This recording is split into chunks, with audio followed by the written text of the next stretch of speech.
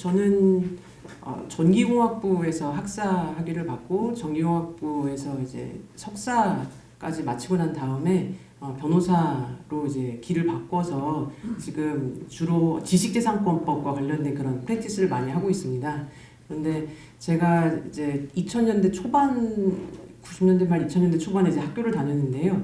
그때 학사를 이제 졸업하면서 졸업 프로젝트로 인공지능을 이용한 얼굴 인식을 제가 이제 학사의 졸업 프로젝트로 했습니다. 그래서 그때 인공지능을 가지고 이런 게 가능하단 말이야? 라고 하면서 이제 C라는 언어를 이용해가지고 아주 이제 기초적인 그런 뉴런 네트워크를 이제 만들고, 그리고 이제 저희 어머니랑 뭐 아버지랑 이제 얼굴 막 사진 찍어가지고 학습시키고, 그렇게 했는데 잘 인식이 안 되더라고요. 그래서 좀 실망을 좀 했었습니다. 근데 지금 이제 2019년에 와서 이렇게 화려하게 이제 변한 그런 모습들을 보면서 많은 시간이 지났구나라는 생각이 들었고요. 그리고 제가 이제 지식재산권법을 하면서 이 지식재산권법이 인공지능하고 분명히 이제 연결이 될 수밖에 없는데, 왜냐하면 지식재산권법이라는 것은 인간의 지적 활동의 소산물의 권리관계를 다루는 법이기 때문에 이것이 AI의 발전에 장애가 되기도 하고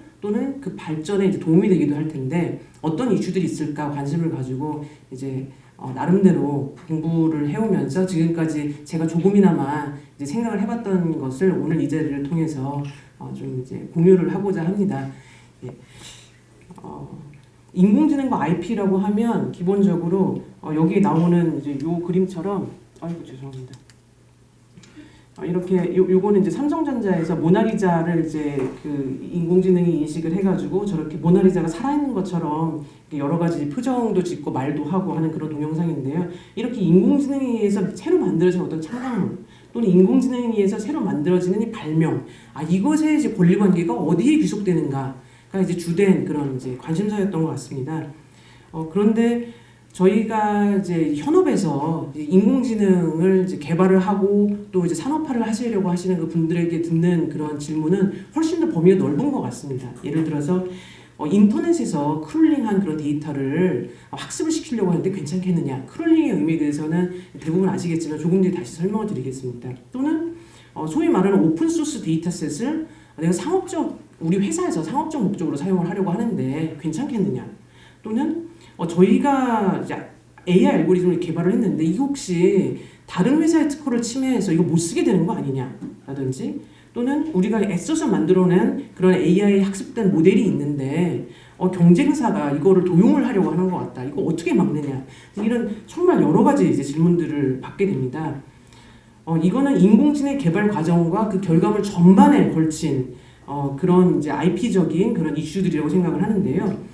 잘 아시겠지만 인공지능 개발 과정을 제가 법률적 분석을 위한 목적에서 굉장히 정말 말도 안 되게 단순하게 이제 도식화를 하면 이제 내가 인공지능 얼굴 인식을 잘 하는 그런 출입문 통제를 위한 어떤 이제 인공지능을 개발해야겠다라는 그런 이제 아이디어를 딱 떠올린 다음에 이것을 위해서 어떤 이제 학습전 모델을 만들어 보합니다. 그래서 뉴럴 네트워크 스트럭처도 짜보고, 그리고 초기 파라미터도 설정을 해보고, 그리고 데이터도 이제 수집을 해가지고 이 데이터를 넣어서 한번 돌려봅니다. 코딩을 해서 돌려보고요.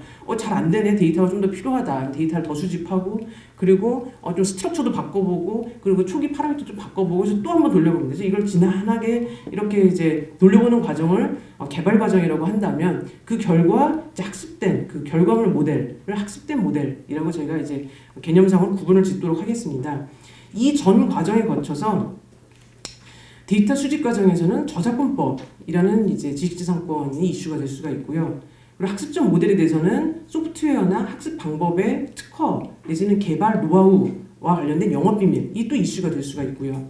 또 이 학습된 모델의 측면에서는 또 컴퓨터 프로그램 저작물이라는 그런 이제 저작권법이 이슈가 될 수가 있고요. 내지는 부정경쟁 행위에 대한 그런 부정경쟁 방지법이 이슈가 될 수 있다고 생각을 합니다. 그래서 이 자리를 통해서 이 각각의 이제 그 개발 과정에 걸친 이 IP 이슈에 대해서 조금씩 한번 이제 다뤄보도록 하겠습니다. 우선은 이제 이 데이터 수집 이 부분에 관련되는 부분입니다. 이와 관련된 현업자들의 질문은 첫 번째로는 인터넷에서 크롤링한 데이터를 사용해도 괜찮냐라는 질문입니다. 이와 관련해서 최근 미국 판례를 하나 이제 설명을 드리고 싶은데요. 이건 뭐냐면 HIQ라는 회사가 링크드인이라는 그런 사이트 서비스 제공자에게 이제 제기한 이제 가처분 신청에 관한 건데요. 이 HIQ라는 회사는 굉장히 좋은 서비스를 개발을 해줬습니다. 굉장히 브릴리언트하다고 생각하는데요. 링크드인에서 데이터를 이제 크롤링해서 여기서 크롤링이라는 이렇게 딱딱 찍어가지고 그때그때 데이터를 받는 게 아니라 이제 자동화된 어떤 이제 프로그램이 이제 알아서 쭉 다니면서 데이터를 모아주는 걸 크롤링이라고 합니다. 그래서 HIQ가 링크드인이라고 해서 링크드인을 혹시 안 써보신 분이 있으실 수 있는데 이건 페이스북 같은 건데 주로 이제 직업적 목적에서 네트워킹을 하기 위한 그런 이제 페이스북입니다. 그래서 서로 뭐 여행 간 얘기 이런 건 전혀 안 올라오고요. 보통 뭐 이렇게 컨퍼런스 했다 뭐 이런 거 올리고 그리고 이제 축하도 뭐 생일 축하 이런 게 아니라 이직 승진 축하합니다 뭐 이런 것들을 하게 되는 정말 프로페셔널 퍼포즈의 네트워킹을 위한 그런 사이트 그 이제 SNS인데요. 그 SNS 데이터를 이제 크롤링을 해가지고 그걸 가지고 어떤 회사의 취업 지원자가 조기 이직을 할 가능성이 있는 사람이다 아니다를 판단을 해주는 그런 서비스를 제공을 해줬습니다. 링크드인이 이걸 알고 HIQ에 접속을 제한을 해버렸고요. 그러자 HIQ가 이런 접속 제한의 금지를 구한다는 그런 가처분 신청을 했습니다. 그래서 지방법원에서 그 가처분이 인용이 됐고요. 그리고 올해 제2구 항소법원에서 그 지방법원의 판단을 이제 컨펌해주는, 어펌해주는 그런 판결이 나왔습니다. 자, 그러면 한국에서 소송이 제기되었다면 그 결론은 어땠을까? 자, 한국법적인 시각에서 한번 접근을 해보겠습니다. 그러면은 한국에는 어떤 법이 있느냐, 관련 법이 있느냐? 한국에는 저작권법에 데이터베이스 저작권이라는 게 있고요. 그리고 데이터베이스 제작자의 권리를 보호해주는 그런 규정이 있습니다. 그래서 데이터베이스 제작자는 데이터베이스의 제작, 데이터베이스를 만드는 거죠. 그리고 그 소재라는 건 데이터베이스 하나하나에 들어있는 그 데이터 아이템을 말합니다. 그 아이템의 갱신, 검증 또는 보충에 인적, 물적으로 상당한 투자를 한 그런 자를 데이터베이스 제작자라고 하고요. 이 데이터베이스 제작자만이 그 데이터베이스의 전부 또는 상당 부분을 복제, 배포, 방송, 전송할 수 있는 그런 권리를 갖는다라고 저작권에 이제 정의되어 있습니다. 다만 이와 같은 권리는 데이터베이스 구성복에 대한 하나하나의 소재에 대해서는 그 아이템에 대한 그 고유 저작권에는 또 영향을 미치지 않는다라고 되어 있습니다.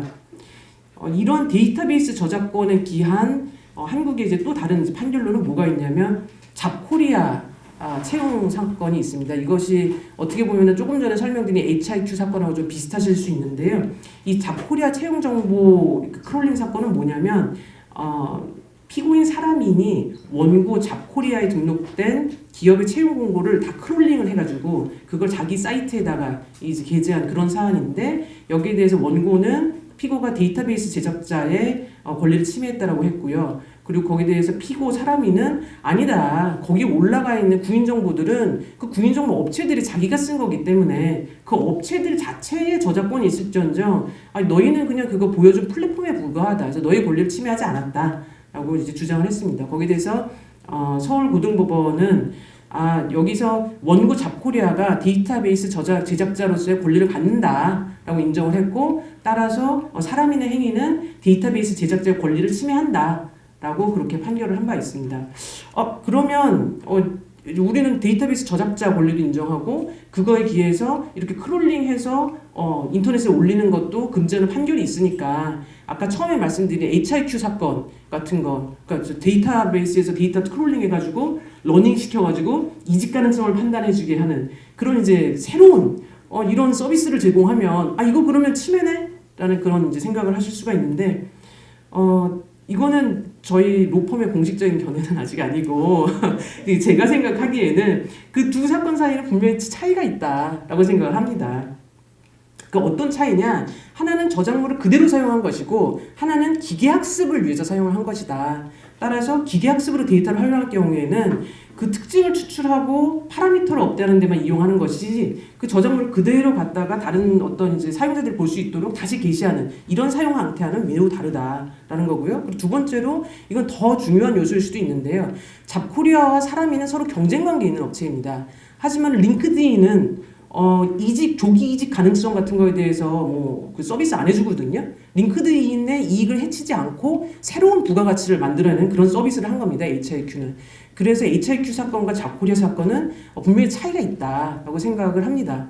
그렇다면 우리나라 저작권법이 적용이 됐을 때 결국 HIQ 사건은 어떻게 나올 것 같은데, 여기에 대해서는 제가 아직 결론을 딱 내릴 수는 없을 것 같습니다. 판결례가 없기 때문에 적어도 이제 데이터를 다운로드하는 과정에서 이 데이터 자체에 대한 그런 복제가 이루어지기 때문에 그 데이터 저작물, 예를 들어서 링크드인의 그 SNS 글, 이것도 하나의 저작물이죠. 그래서 그 저작물에 관한 어떤 복제권 침해로 인정될 가능성 있습니다. 그렇게 될 수도 있고요. 또는 데이터베이스 제작자의 복제권 침해다라고 인정될 가능성도 있습니다. 하지만 이건 저의 이제 견해인데 적어도 그 데이터베이스 제작자의 이익을 해하지 않고 그리고 저작물을 그 자체로 사용을 하는 그런 양태가 아니기 때문에 저작물 이용 과정에서의 공정 이용에 해당한다라는 그런 항변이 충분히 가능하다고 생각하고요. 여기에 대해서 일본은 저작권법 개정을 통해서 입법적으로 해결을 하고 있습니다. 그래서 일본 저작권법이 이제 작년에 개정이 되면서 저작물에 표현된 사상이나 감정의 향유를 수반하지 않는 그런 이용, 즉 컴퓨터에 의한 정보 처리 과정에서 인간의 지각에 의한 인식을 동반하지 않고 이용되는 경우에 이것을 저작권의 제한을 받지 않은 그런 종류의 이용이다라고 이제 법을 바꿨고요. 그 결과로 기계학습을 위해서 빅데이터에서 필요한 정보를 추출하고 비교하고 분류하고 분석을 실시하는 것은 저작권법의 구애를 받지 않고 광범위하게 허용이 되는 이제 그런 상황이 되었습니다. 그래서 저희도 가급적이면 이런 입법적인 해결을 통해서 이제 우리 연구자들이 이제 AI 연구를 하고 또 기업에서 AI 관련해서 이제 개발을 하는데 장애가 없이 나갔으면 좋겠다라고 생각을 하고요.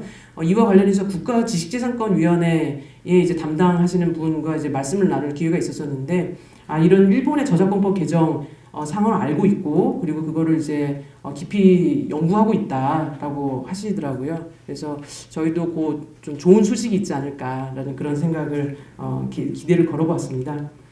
이렇게 데이터 수집과 관련해서 또 다른 질문 사항은 뭐가 있냐면 오픈소스 데이터를 상업적 목적으로 활용할 수 있냐라는 그런 질문입니다. 이거는 조금 사례를 들어서 설명을 드려보겠습니다. 어떤 A 회사가 있는데요. 이 A 회사가 얼굴 인식을 이용을 해서 출입을 통제하는 그런 인공지능 소프트웨어를 개발해서 판매를 하고 있습니다. 그런데 미국에서 어떤 회사가 한 1,000만 명 정도 사람들의 얼굴하고 이름을 이렇게 모아가지고 이거를 이제 연구 목적으로 딱 오픈 소스로 공개를 합니다. 그런데 이제 이 해당 데이터를 공개한 웹사이트에는 비상업적 연구 목적에 제한된다라고 이제 명시가 되어 있습니다. A 회사는 이제 논문을 보면서 이 데이터를 학습하면 진짜 성능이 좋아진다는데 나 정말 쓰고 싶은데 라는 그런 이제 절박함이 있는 겁니다. 그래서 이거를 써도 되겠느냐라는 그런 의문점을 가지게 되죠. 여기서 오픈소스 데이터셋에 대해서 조금 말씀을 드리면 인공지능 연구자들을 위해서 학계나 이제 연구기관에 계신 분들은 사실 이러한 데이터셋을 사용하시는데 그렇게 큰 제한이 없으시기 때문에 이것이 어떤 이제 법률적인 이슈가 있다라고는 이제 좀 덜 느끼실 것 같습니다. 하지만 산업계에서는 이러한 오픈소스 데이터셋이 상당 부분 비상업적 연구 목적으로 공개가 되어 있기 때문에 이것을 쓸 것이냐 말 것이냐 얼마의 범위 내에서 쓸 수 있느냐에 대해서 항상 고민을 하게 됩니다. 예를 들어서 요거는 이제 손으로 쓰는 이제 필기 숫자에 대한 데이터셋이고요. 이제 이미지 데이터셋도 있고요. 또 의료 데이터에 관한 그런 데이터셋도 있고요. 이렇게 패션 데이터셋도 있고 얼굴에 관한 이런 데이터셋들이 있습니다. 이렇게 좋은 데이터셋들, 그러니까 공중에 인터넷에 있는 걸 크롤링해서 내가 데이터를 만드는 거 말고 그게 이제 1번 질문에 관련된 거였고요. 이 2번 질문은 누가 이렇게 만들어 놓은 이 데이터셋 이거를 사용을 해서 좀 프로토타입을 돌려봐야 이게 가능성이 있는 제품인지 아닌지 알 수 있고 그리고 방향을 잡아야 돈을 정말 투여해서 우리도 좋은 데이터셋을 만들어가지고 개발을 하고 하는데 사실 이게 될지 안 될지 모르는데 내가 데이터부터 만들겠습니다라고 해서 회사 안에서 기획을 올리면 당장 날아갈 거 아니에요. 그러면 만들어 놓은 데이터셋 가지고 좀 일단 돌려보고 이거 될 것 같습니다라고 해야 되는데 이거 해도 되느냐 너무나 이제 고민이 많게 되는 거죠.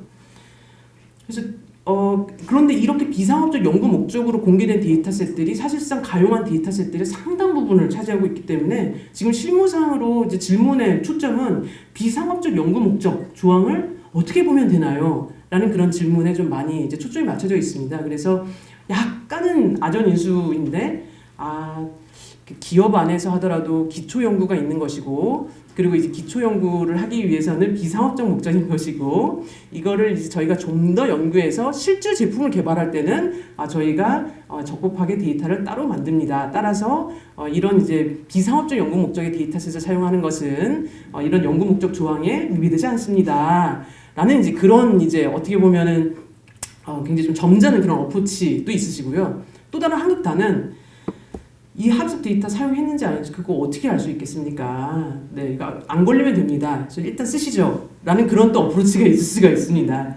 근데 사실 적지 않은 경우에 이 두 번째 이제 어둠의 경로를 예, 택하실 수밖에 없는 이제 필연적으로 경우가 돼 있고요. 실적의 압박이 있고 또 이제 개발 기간에 촉박하기 때문에 이제 그런 경우들이 있는데요. 한 가지 염려가 되는 것은 이렇게 어둠의 경로를 택하시는 경우들이 많아지면 이것이 역으로 데이터셋의 공개를 오히려 점점 저해시키는 것이 아닐까. 데이터셋을 내가 비상업 연구목적 풀었더니 막 기업들에서 막 쓴다 그러면 이제 연구 일단은 공개 안 해 이렇게 가버리는 것이 아닐까. 내지는 이런 데이터셋의 진정 자유로운 이제 그 계약적 거래를 위해서는 다른 어떤 접근이 있어야 되는 것이 아닌가라는 그런 이제 문제 인식이 많이 대두가 되고 있고요.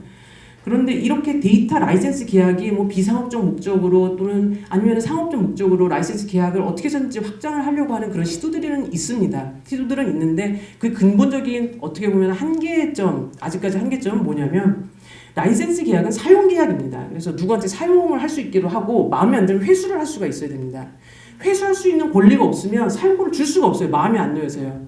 예를 들어서 우리 집 임대차를 해주는데 내가 소유권이 보호가 안 되면 임대해주는 분, 그 임차인 분이, 제 집이 있다는 거 아닌데, 임차해주는 분이, 이게 들어오신 다음에 안 나가시면 제가 소유권에 기해서 내보낼 수 있어야 되는데, 그걸 할 수가 없잖아요. 그럼 제가 어떻게 집을 임대를 놓겠어요? 그리고 특허를 라이센싱을 해주는데, 특허 라이센스 계약을 이 사람이 안 지키면 내가 특허권에 기해서 권리 행사를 딱 할 수 있어야 라이센싱을 마음대로 해주는데, 그게 안 되면 어떻게 특허 라이센스를 해주겠어요? 이렇게 뭔가 든든한 뒷배가 없으면 이걸 시장에 내놓지를 않습니다. 따라서 이 뒷배가 있어야 시장에서 거래가 된다라는 이제 그런 이제 문제 인식이 있는데 데이터의 경우에는 법제상 모호하다. 즉 저작물에 해당하는 데이터도 있고 저작물에 해당하지 않는 데이터도 있고 그걸 모아놓은 데이터셋도 이게 저작권법에 보호가 되는 데이터셋이 있을 수 있고 보호되지 않은 데이터셋이 있을 수도 있다. 그러니까 어떤 거는 저작권 같은 걸로 뒷배가 있을 수 있는데 그게 없는 데이터들도 많다. 따라서 이것을 라이센스화하는 게 매우 어렵다라는 그런 이제 문제인식들이 있습니다. 몬트리올 데이터 라이센스라는 거는 일단 거기까지 가기 전에 지금 라이센싱 계약 자체가 너무 이제 종류가 다양하고 복잡하고 해서 연구자들이 이제 연구를 하기 복잡하다라는 그런 문제인식에서 라이센스 계약을 좀 단순화하고 스탠다드화하자라는 그런 움직임입니다. 이거는 약간 포인트가 다른데요. 요슈아 벤조 같이 벤조님 같이 네, 그 몬트리올 대학에 계시는 이제 이런 유명한 이제 AI 연구자분들과 그분을 이제 서포트하는 여러 이제 어토니들이 이제 데이터 라이센싱을 이제 몇 가지 자기가 이제 딱 그 조건을 고르면은 라이센싱 텀을 쫙 자동으로 생성해주는 그런 프로젝트를 하고 있고요. 이 사이트 몬트리올 데이터 라이센스.com에 들어가 보시면은 한번 테스트를 해보실 수 있습니다. 이런 프로젝트의 이제 기본이 되었던 것은 이제 이 논문 Toward Standardization of Data Licenses 이건데요. 요 저자를 보시면은 이 미샤라든지 폴이라든지 이분들은 다 어토니들이고요. 여기 이제 이 요슈아 벤조 이분은 이제 연구자분이고요. 이분도 연구자분인 걸로 알고 있고요. 이 부분은 이제 엘리먼트 IA의 이제 CEO쯤 되신 걸로 알고 있습니다. 그러세요? 네, 죄송합니다. 예, 그래서 지금 여기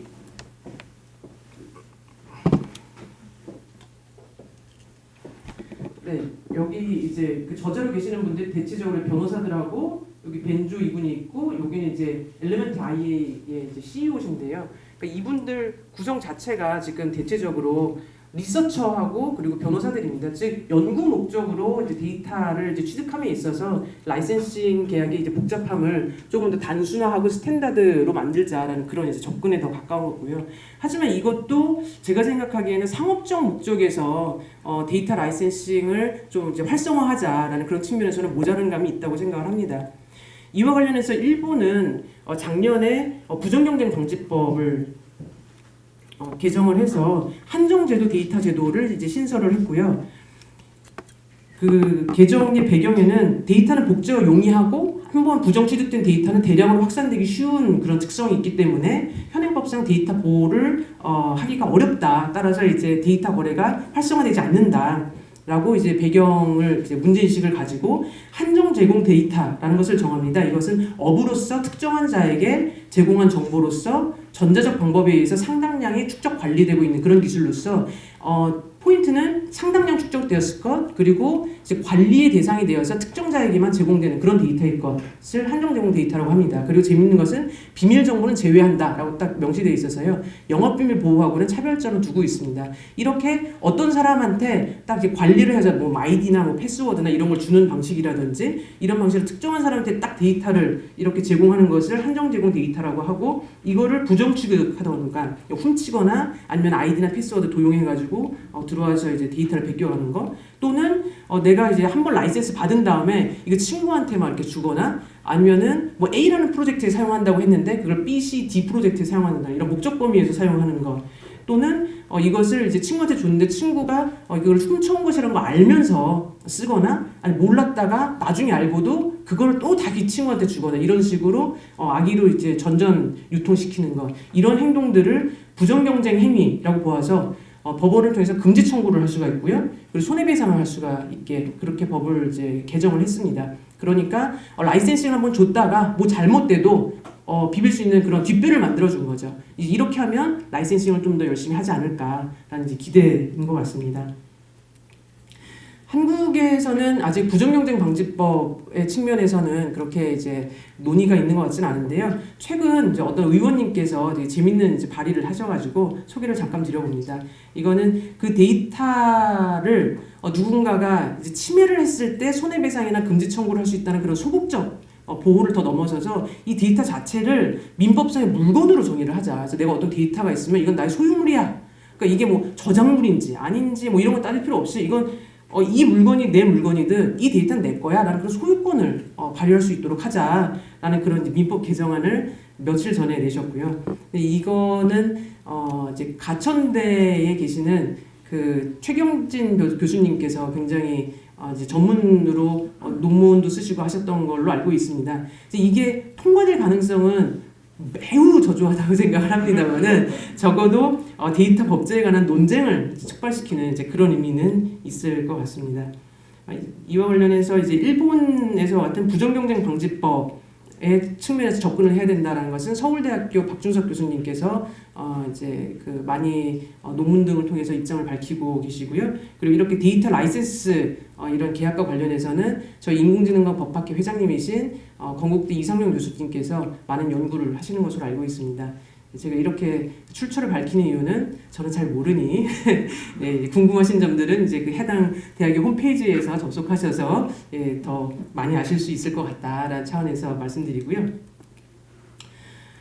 예, 다음으로는 지금 시간이 별로 이제 많지 않아서 제가 아주 간략하게 5분 내로 설명을 드리도록 하겠습니다. 데이터 수집과 관련된 부분 외에 지금 이 부분 학습적 모델과 관련된 그런 IP 이슈로는 무엇이 있느냐에 대해서 설명을 드리도록 하겠습니다. 이와 관련된 질문은 저희가 개발한 AI 알고리즘이 다른 회사의 어떤 특허를 침해할 수 있나요?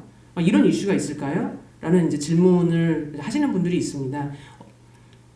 여기 대해서 결론을 짧게 말씀드리면 네입니다. 알고리즘 특허라고 보통 이야기를 할 수 있는 이제 AI에서의 기본 모델과 그리고 그 학습 방법에 관련된 그런 이제 기본 그 룰들에 대한 이 특허가 과연 특허 대상이 되느냐?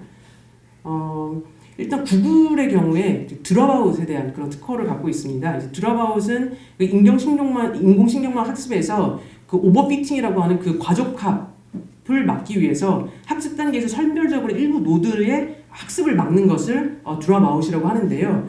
좀 더 쉽게 설명드리면 우리 중고등학교 때 친구들 중에서 꼭 그런 친구들이 있습니다. 교과서를 너무 달달달 외워가지고 시험을 잘 못 보는.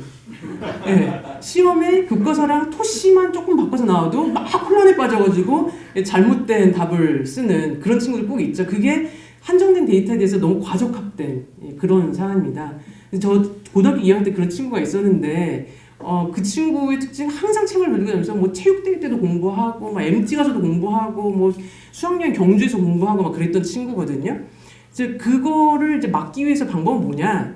놀아야죠. 좀 덜 공부해야죠. 예.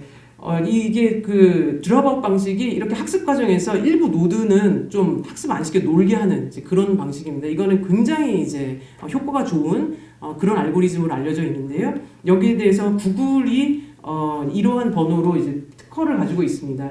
그래서 이거는 이제 구글에 들어가셔서 이렇게 그 번호를 치시면은 이제 그 특허 상태, 뭐 그 내용 이런 걸 확인하실 수 있는데 지금 이제 액티브 상태로 이제 살아있는 그런 특허이고요. 이런 게 어떻게 도대체 특허를 받을 수 있느냐? 이거는 이제 내용이 이제 구체적이기 때문에 지금 시간 관계상 제가 넘어가도록 하겠습니다. 하지만 결론적으로는 소프트웨어에 의한 정보 처리더라도 하드웨어를 이용해서 구체적으로 실현되고 있을 수 있다라고 이렇게 잘 쓰면 특허를 받을 수 있다라는 그런 거고요. 그 결과 인공지능과 관련된 특허는 급속히 증가를 하고 있어서 2011년 이후로 매년 26% 정도 증가를 하고 있고, 그리고 이것이 전 세계적으로 인공지능과 관련해서 출원하고 있는 탑 30의 플레이어들인데요. 여기서 초록색들이 사기업이고 파란색이 연구기관입니다. 즉 뭐냐면 초록색 사기업들이 대부분의 특허를 이제 취득을 하고 있다라는 걸 알 수가 있고요. 그 결과로 예를 들어서 RNN과 관련 특허 또는 워드 투 벡터라고 해서 이제 그 자연어 처리와 관련된 굉장히 모두들 쓰시는 그거 있잖아요. 그것도 구글에서 특허를 갖고 있습니다. 그래서 특허 번호들은 이제 이렇게 있으니까 나중에 한번 구글에서 찾아보시면 그 내용을 확인하실 수 있고요. 따라서 이러한 기술들을 특허로 갖고 있기 때문에 향후 당연히 특허 분쟁이 예상될 수 있다라고 해서 제가 예라고 말씀드린 겁니다. 하지만 꼭 예만은 아닙니다. 뭐냐면 오픈 소스 소프트웨어라는 그런 이제 변수가 있는데요. AI 연구자들이 질문을 합니다. 저희는 구글에서 제공하는 텐서플로어 API를 사용을 하는데 아니 구글에서 주는 텐서플로어를 쓰는데 구글 특허를 치면 게 말이 되나요? 네, 그건 좀 이상하죠. 네, 그래서 텐서플로어 오픈소스 라이센스에서 보면은 코드 작성자가 제공한 부분에 대해서는 자기네가 갖고 있는 특허 라이센스를 준다라고 되어 있습니다. 자, 그러면 뭐 구글에서 워낙에 좋은 특허를 많이 갖고 있어서 텐서플로어 쓰면 되겠네라고 할 수도 있겠습니다만은, 근데 그 결과는 굉장히 이제 텐서플로어로 집중되는 그런 결과를 낳게 될 것이고요. 그거는 향후 IP 이슈뿐만 아니라 뭐 경쟁법 이슈라든지 기타 뭐 시장에 관련된 그런 어떤 부작용이라든지 여러 가지들이 이제 예상될 수 있다고 생각합니다. 마지막으로 이렇게 개발 과정을 거쳐서 결과적으로 나오게 된 이 학습된 모델과 관련돼서 어떤 IP 이슈가 있느냐? 제가 학습된 모델을 만들었습니다. 저는 이제 결과물을 받을 개발 과정에서는 남의 권리를 침해하는 게 걱정이었는데요. 제가 결과물을 가졌으면 이제 남이 제 거를 침해하는 게 걱정이죠. 그래서 이거를 경쟁사가 혹시 베껴가면 어떠지?라는 그런 걱정이 됩니다. 그래서 이런 질문을 받게 되는데요. 이제 학습 데이터를 이제 네트워크에 넣고 학습된 모델을 받았을 때 그 학습된 모델의 가치는 굉장히 높습니다. 이런 학습된 모델을 재활용하는 거를 트랜스퍼 러닝이라고 하는데요. 예를 들어서 사물 인식을 할 수 있는 AI 모델을 잘 만들면 이걸 가지고 얼굴 인식도 할 수 있지만 이걸 가지고 이렇게 뭐 백혈구 인식 같은 것들도 이렇게 할 수가 있습니다. 즉 어떤 사물 인식과 관련된 그런 모델에다가 클래시파이어를 이제 트레이닝을 시켰는데 이걸 얼굴 인식에 대한 클래시파이어가 아니라 백혈구 인식에 대한 클래시파이어로 다시 이제 붙이면 이 부분 사물 인식과 관련된 모델 부분을 재활용을 할 수가 있는 것입니다. 따라서 이렇게 학습된 이런 모델들은 경제적 가치가 굉장히 높게 되는데요. 이런 이제 경제적 가치가 높은 모델들을 사오는 것이 아니라 어떻게든지 훔쳐서 이렇게 싸게 구해서 자기네 제품을 개발하고자 하는 그런 욕구들이 있을 겁니다. 그래서 경쟁업체가 할 수 있는 역할은 이제 크게 두 가지가 있을 텐데, 첫 번째 사례의 경우에는 뭐냐면 이런 자율주행 소프트웨어 개발을 한 다음에 그 인공지능을 실제로 뭐 차량 같은 데다 그 파일을 이렇게 탑재해가지고 이거 출시했을 때 그 파일을 출시해서 리버스 엔진 역분석을 하는 이런 행위를 할 수가 있습니다. 이런 역분석을 하는 경우에는 이거는 프로그램 코드 역분석이라고 해서 배포된 컴퓨터의 실행 파일을 원래 소스 코드로 변환하는 그런 행위인데, 한국 저작권법은 다른 프로그램과의 호환에 필요한 부분에 한해서만 한정적으로 허용을 하고 있습니다. 이 학습된 모델이 컴퓨터 프로그램 저작물로 보호된다라는 전제하에 그리고 보호될 가능성이 높다고 보는데요. 그 동작 원리를 이제 역분석을 해서 자기 제품을 개발하는 행위는 이거는 저작권법 침해다라고 이제 주장을 해볼 수 있을 거고요. 또 다른 거는 이제 블랙박스 분석이라고 합니다. 그래서 예를 들어서 온라인 서비스로 이렇게 딱 출시를 했는데 그 온라인에 예를 들어서 뭐 친구랑 뭐 다 해가지고 가짜 아이디를 한 1000개쯤 만든 다음에 막 인풋을 넣어가지고 그 아웃풋 나오는 걸 봐서 아 대강 이제 바운더리가 이제 이렇게 돼 있구나라는 걸 이제 분석을 해서 그걸 가지고 이제 비슷하게 만들어내는 거죠. 예, 이런 행위는 프로그램 복제 행위가 아니라는 겁니다. 온라인에서 이제 돌아가는 거를 나는 이제 인풋을 넣고 아웃풋을 받는 거기 때문에 프로그램 복제 행위가 일어나지 않아서 이거는 이제 컴퓨터 프로그램 저작권 침해라고 볼 수는 없지만은 적어도 한국에서는 부정경쟁 방지 및 영업비밀 보호에 관한 법률이라는 것을 두고 있어서 타인의 상당한 투자나 노력으로 만들어진 성과 등을 공정한 상거래 관행이나 경쟁 질서에 반하는 방법으로 무단으로 사용하는 경우에 이것을 이제 처벌을 하는 그런 규정을 두고 있습니다. 따라서 통상적이지 않은 그런 해킹 방식 같은 걸 통해서 이 블랙박스 분석을 해서 그걸 가지고 자기의 이제 제품을 만들어서 출시를 하는 경우에는 부정경쟁 행위에 해당해서 부정경쟁 방지법 위반이다라고 주장을 해볼 수 있는 그런 가능성이 있을 것입니다. 그래서 정리를 해보면 이렇게 이제 AI와 관련된 이제 개발과 그리고 그 결과물 전 과정에 있어서 여러 가지 이제 IP적인 요소가 있게 되고 그리고 이 개발 과정에서는 타인의 권리와의 이제 충돌 그리고 내가 어떤 제품을 만들고 난 다음에는 나의 권리에 대한 타인의 침해에 대한 염려 등이 있습니다. 그래서 이런 부분들을 이제 지식재산권법 측면에서 잘 조율을 하고 그리고 필요한 부분들은 이제 잘 입법이 되어야 저희 이제 그 AI 부분의 이제 발전에 더 많이 도움이 될 수 있을 거라고 생각을 하고요. 전체적인 이제 지형을 살펴보는 정도에서 제가 조금 시간을 오버했는데 죄송합니다. 이제 이만 마치도록 하겠습니다. 네, 감사합니다.